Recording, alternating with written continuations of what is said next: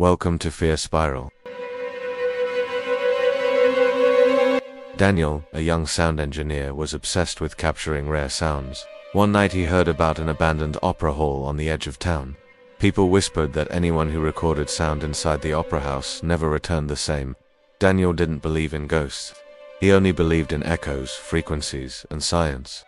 So he set up his recording equipment inside the dusty hall and waited. As the night wore on, the wind howled outside, whipping rain against the windows. Daniel felt a cold spot on the back of his neck. Then he heard a cough that sounded like it was right behind him. He turned around, but there was no one there. Then he heard a woman's voice singing a song in a language he didn't understand. The voice seemed to be coming from the walls themselves. Startled, Daniel backed away, knocking over a chair. The singing stopped. Moments later, a cough echoed through the hall. Daniel, his heart pounding, grabbed his equipment and fled. As he ran, he could have sworn he heard the ghostly laughter of the opera house, a sound that would haunt his nightmares. Back at his apartment, Daniel listened to the recording he'd made. At first it was just static, then he heard the cough, followed by the unearthly song. But there was something else, something in the background. He played it back slowly. It sounded like whispers. He couldn't make out the words, but it was clear that the voices were getting louder, more insistent. Then they stopped. Days turned into weeks, and Daniel couldn't get the whispers out of his head. They seemed to be growing louder, more insistent. Then one night, as he was falling asleep, he heard a knock at his door. He opened it to find an old woman standing there. She introduced herself as Agnes, the former caretaker of the opera house. Agnes explained that the opera house was haunted by the spirits of those who died on its stage, their voices forever trapped within its walls.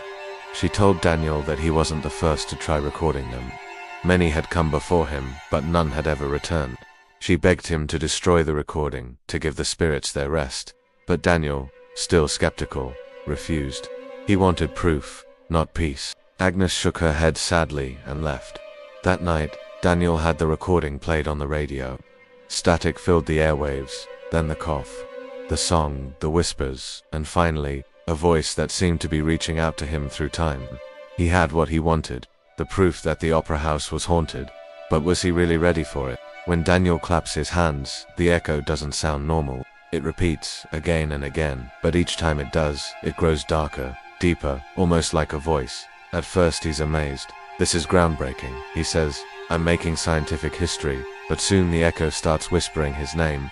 Daniel, it says, and he feels a chill run down his spine. Daniel tries to ignore it, but the whisper grows louder. Daniel, Daniel, Daniel. The walls around him seem to be closing in. He has to get out of there, he thinks, or the echo will consume him. But as he turns to leave, he sees something that makes him freeze in his tracks.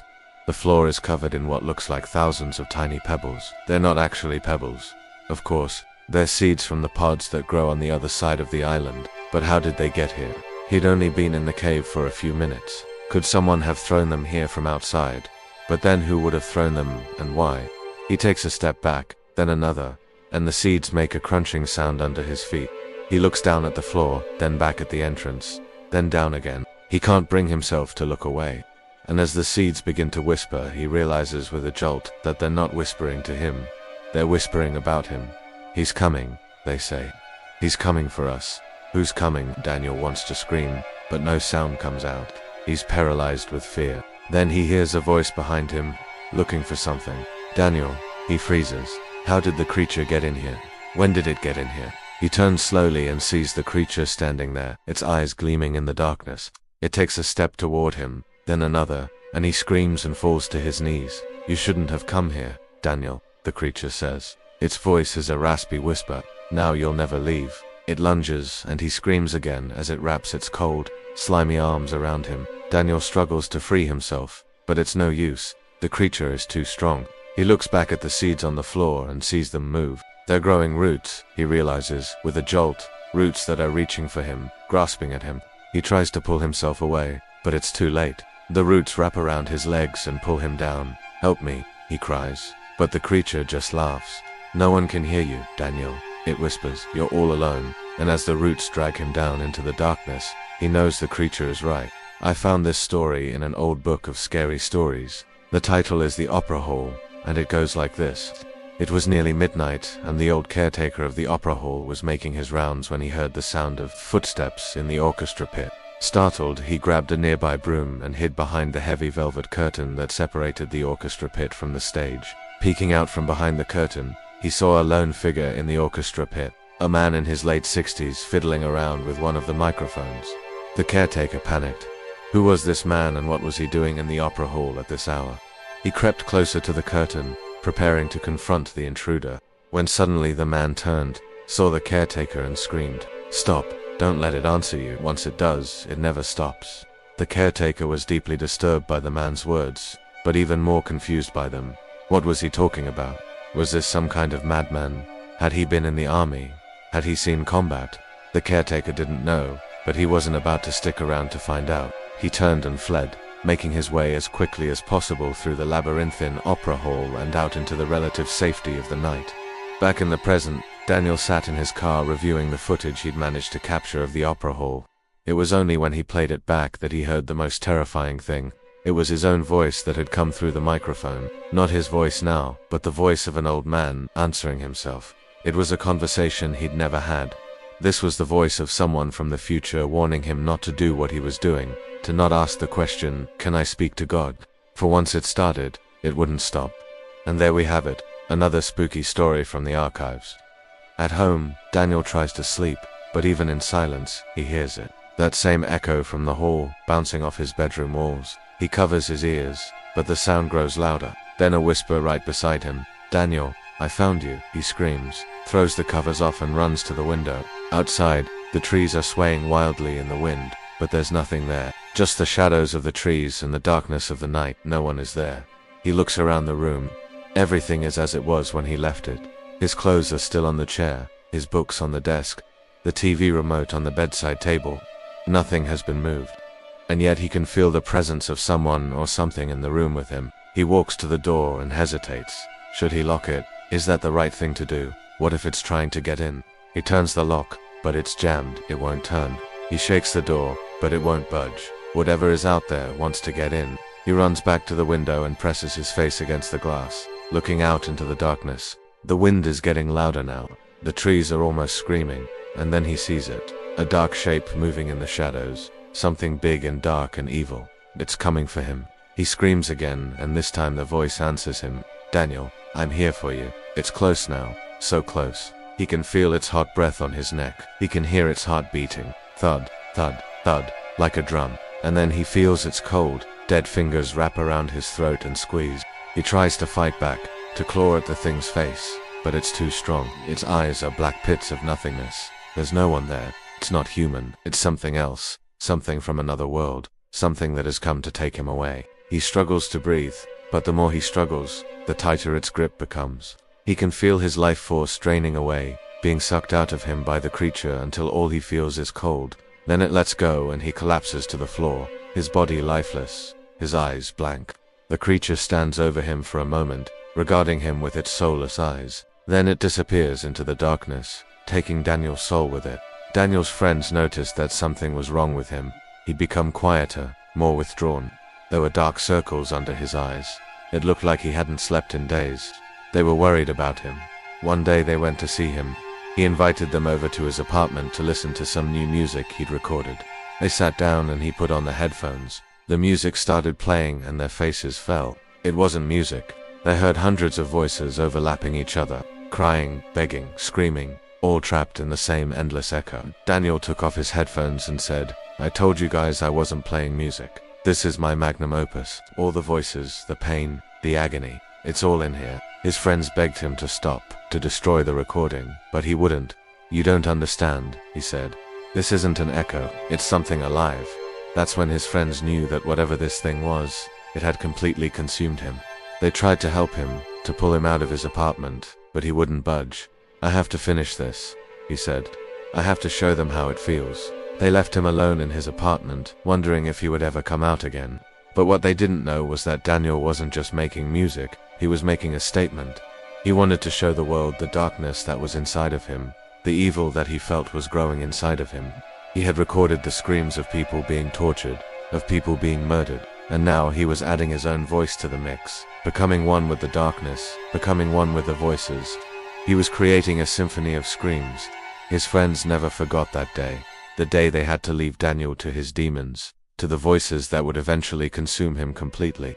They hoped that someday he would come back to them, that the darkness wouldn't win. But deep down, they knew that once you give in to the voices, once you let them consume you, there's no escape. All you can do is scream. Last night, a man was proven wrong, but tonight, a man will be proven right. Last night, a man went to an opera hall to test his theory. The acoustics in here are insane. If you stand in the middle of the room and shout, the sound waves travel out and hit the back wall. Then they come back to you as an echo, almost like a boomerang. But that's not what he was expecting. So when he shouted into the void, the echo shouted back. It was like the building itself was taunting him, mocking his voice. Then he heard something else. Footsteps, not his own. Whoever or whatever was in the room with him was mimicking his every move, but he couldn't see anything. He tried again, just in case last time he had bad equipment. But this time, even with the upgraded gear, the voice just kept getting louder and more distorted, almost like it was breathing. And then he heard it again, the footsteps, closer now, and they were definitely coming from behind him. He turned around, but there was nothing there. So he did the only logical thing he could do. He ran to the balcony and looked over the edge. There was a street below, a very long way down, and if he jumped, well, he wasn't sure what would happen. Would the echo follow? Would the footsteps follow? Would he get another chance to test his theory, or would it all end right here? But before he could jump, a hand grabbed a hand made of pure energy. It pulled him back from the edge. Then he saw them, two eyes glowing red in the darkness, staring directly at him. They didn't blink, they just stared. And then he remembered the story about the opera hall, the legend that if you explore the building after hours, you'll hear the footsteps of the phantom opera singer. And as the legend goes, if you make a wish upon the echo, it will grant it, but at what cost? He thought about jumping again, ending it all, ending the pain, ending the mystery, but then he felt something warm. It was the hand of the opera singer, the phantom opera singer. She wanted to help him. He spent the night with her, talking about sound and space and dimensions, things that make a man question his reality. She showed him that sometimes the echo doesn't just repeat what you say, it can also amplify it. And that's when he knew he wasn't in Kansas anymore. A shiver ran down Daniel's spine. It was just a normal day at the office. He was working late, as usual. The fluorescent lights hummed above him, casting a sterile glow on the rows upon rows of empty desks. He was the only one left in the whole building, or so he thought. He had just turned off the computer when he heard it. A cough, a rustle, something in the balconies above him. At first, he dismissed it. Probably just some mice, he thought, scurrying in the walls. But then he saw them. There were figures in the balconies above, watching him, dozens of pairs of eyes boring into him. He shone his flashlight up and for a moment saw the faces illuminated in the darkness. A hush fell over the room. Then they were gone. When he shone the light again, the seats were empty. But the clapping started. A polite ripple of applause that grew louder and louder until his ears bled. He ran to the balcony doors and flung them open, but there was no one there. The clapping continued, though, getting louder, more insistent. Daniel pressed his palms against the glass, his fingers leaving oily smudges on the surface. What was it? What did they want? Then he saw them, silhouettes, dozens of them, pressing their bodies against the glass. They were just beyond his vision, their faces obscured by the shadows. Their eyes, though, burned into him with an eerie, otherworldly light. Clapping now, it was deafening, their silent screams echoing in his skull. Daniel stumbled back, tripped over his own feet and fell. The glass shattered, spraying shards like needles into his skin, but he didn't care. He scrambled away from the doors, hiding under a desk, pulling the file cabinet over him like a shield. The applause followed him, each clap a hammer blow to his eardrums. Then, just as suddenly as it started, it stopped. An oppressive silence descended, broken only by Daniel's ragged breathing. When he finally dared to look up, the file cabinet no longer offered protection. He was utterly alone. No one was watching him now. The clapping had brought the night to its knees, leaving only an eerie quiet in its wake. Daniel stood, his legs shaking, and walked to the balcony doors. Outside, the city lights twinkled like a fallen star. Had he imagined it all? The cough, the rustle, the clapping. He looked up at the balconies, their windows dark and empty. As he turned to leave, a piece of glass glinted in the darkness. It was a shard from the broken pane, a silent witness to the night's events. Daniel picked it up, its edges biting into his palm. He looked at the cut, blood welling up, and smiled. Maybe he wasn't alone after all. Every time the conductor raises his baton, the echo begins repeating not just his words, but his thoughts. He whispers in his mind, "I need to leave," and the echo screams back, "You can't leave." Now he's trapped. Every door he tries slams shut. Every hallway leads back to the stage. The opera hall itself has become a cage. He paces the room frantically, his eyes wide with fear, his chest heaving as he tries to catch his breath. The music swells, then abruptly stops. Silence. For a moment, only the echo remains. Then it begins again, this time with a mocking undertone. It taunts him, "You can't leave. You can't leave. You can't leave." The conductor closes his eyes, trying to shut out the sound, but it's no use. The echo is relentless. He remembers the first time he heard it, the debut of his latest composition. The audience had been silent, attentive. When he finished, they erupted into applause. He basked in the glow of their appreciation, his heart swelling with pride. But then, "Bravo, bravo," the echo had said, and it had sounded like the audience. He'd laughed it off at the time, but now he wasn't so sure it was funny. He tries to focus on something else, anything else, but the walls seem to be closing in on him. The air grows thick, making it hard to breathe. He stumbles, catching himself before he falls. What is happening to him? Then he sees it, a door at the far end of the hall, a sliver of light showing through the crack. Hope he runs toward it, his heart pounding with each step. The echo grows louder. "Don't leave, don't leave, don't leave." He reaches out, his fingers grasping at the doorknob. It's cold, hard. He turns it, pushes, but the door won't budge. He tries the other handle, nothing. He sinks to his knees, defeated. The echo seems to mock him now, its voice dripping with malice. "You can't leave, you can't leave, you can't leave." He closes his eyes, tears streaming down his face. Why won't anyone help him? Where is everybody? When he finally opens his eyes, the hall is empty. The audience is gone. He's alone. A single spotlight illuminates the conductor's podium. He stands up, walks toward it, sits down. The echo is gone. Only the silence remains. And for the first time, it feels peaceful. He takes a deep breath, raises his baton. The orchestra rises to meet his gaze. They begin playing. He conducts, lost in the music. The notes soar, cascade, intertwine. He feels the rhythm of the composition coursing through him, the echo of his own heart. What the F just happened? Was that a gunshot? What is this place? Where's Daniel? We gotta get out of here. So we got the journal. Now let's go find Daniel. Maybe he knows what's going on. Maybe he can help us. Oh God. This place is giving me the willies. It's like a nightmare. I don't like this at all. Oh my God. What's that sound? I don't like this. I don't like this at all. Okay. Let's just get out of here. Let's go. Come on, please. Please, let's just go. So where do you think he went? I don't know. Maybe we should split up and search. Okay. Yeah. Let's do that. I'll text you if I find anything. Okay. I found something. I think it's Daniel. I found him. Oh my God. Daniel. It's me. Are you okay? Oh my God. Daniel. I'm so glad I found you. We have to get out of here. What's that sound? I don't like that sound. It doesn't sound good. It doesn't sound good at all. Daniel. I'm gonna run. I'm sorry. Goodbye. Oh my God. What was that? What was that noise? I don't like this. I don't like this at all. Come back here. I want to go home. Daniel. Are you there? Daniel. Are you there? Daniel. Please respond. Please respond. Please respond, Daniel. Okay. I'm finding things. I'm finding things about this place and about him. Things that he recorded. He recorded a lot of stuff. Wait. What is this? What is this sound? Why does it sound like that? Why does it sound like that? Like he's in pain. Like he's in pain. Daniel, if you can hear me, respond. Respond. Please respond.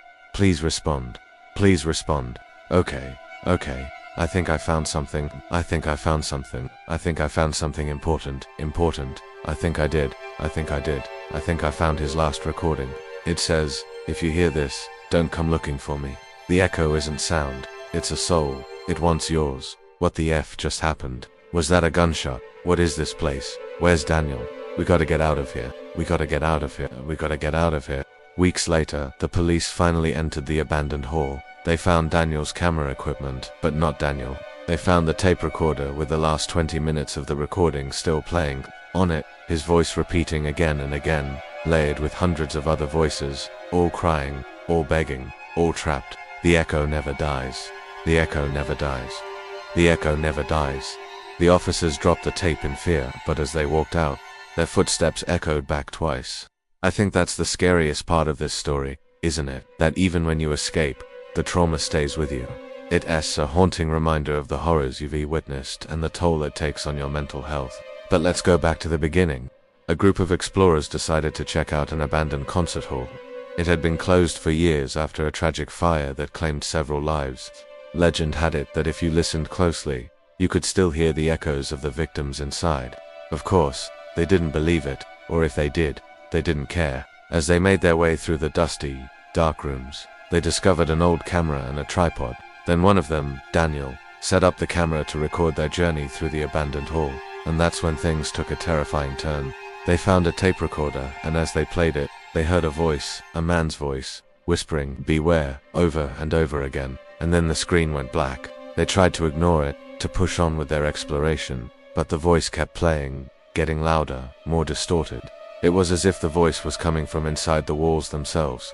Finally, they found the source of the voice, a hidden room behind a bookshelf. Inside, they found a man's body, Daniel's camera, and a note that read, "The only way out is through the fire." Suddenly, the fire alarm went off and the room began to fill with smoke. Trapped inside the burning building, they realized there was no escape. They were trapped in a nightmare, doomed to relive the horrors of the past. And now, weeks later, the police were called in to investigate. They found the burnt remains of the building, the charred bodies of the explorers, and Daniel's camera, which miraculously still worked. On the tape, they found the last 20 minutes of the recording. On it, Daniel's voice repeating, "The echo never dies. The echo never dies. The echo never dies." The police dropped the tape in horror, but as they walked out of the building, their footsteps echoed back twice. Do you believe in echoes?